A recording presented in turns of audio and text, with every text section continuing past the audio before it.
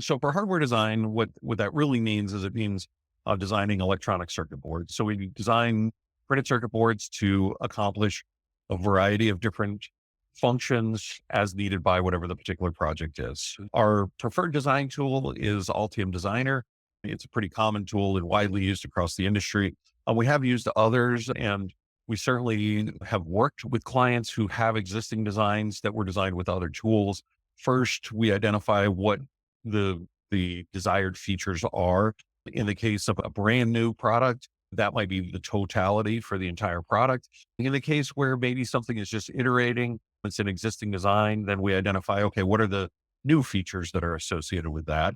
We identify what the hardware necessary to achieve that is. Maybe add a camera. Okay, so then we know a camera has to get added to this, or they want to change something from plug-in to battery powered. And so we'll typically work with the clients to understand what those requirements are, to flesh them out. And battery power is a good example because a lot of people want battery power. And the underlying question is, how long do you want your battery to last and how long do you want it to take to charge? And so we work with clients to understand what those requirements are, and then design the hardware around those requirements. So if somebody has a product and they want it to last a month on a battery, then that's going to be perhaps a different design than somebody where it only needs to last a day.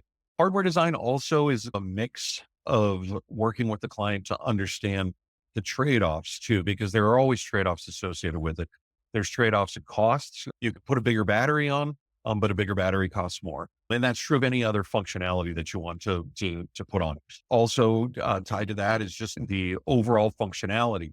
This would be trade-offs and things like battery life. Maybe somebody initially comes and says they want this to last a month, but we go through and look at what the trade-offs are associated with that. And maybe they decide, okay, we can live with 2 weeks instead of a month because of the extra cost or size associated with a battery that meets that.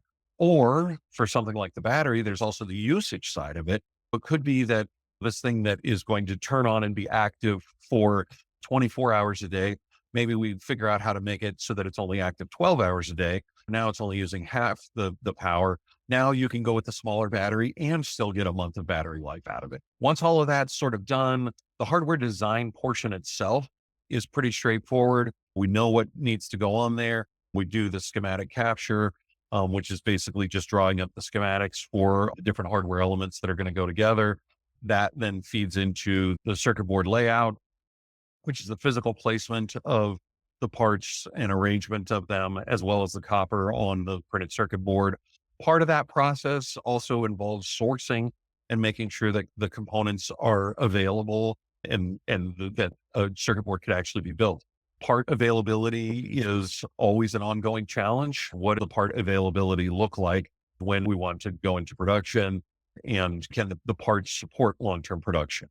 Once all that's done, the output of it is a printed circuit board design package, a manufacturing package that includes all of the files necessary to fabricate the bare circuit boards, as well as the bill of material with all of the components called out and the placement files so that all of that could go to a contract manufacturer who could then populate and build and deliver printed circuit boards. At that point, that's really the end of the hardware design effort, at least that first iteration of it.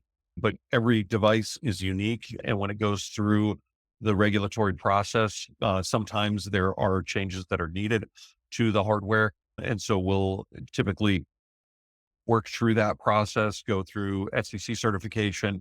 And if changes are needed, we'll update the design to get through and get certified. And then that product's really ready to go into production.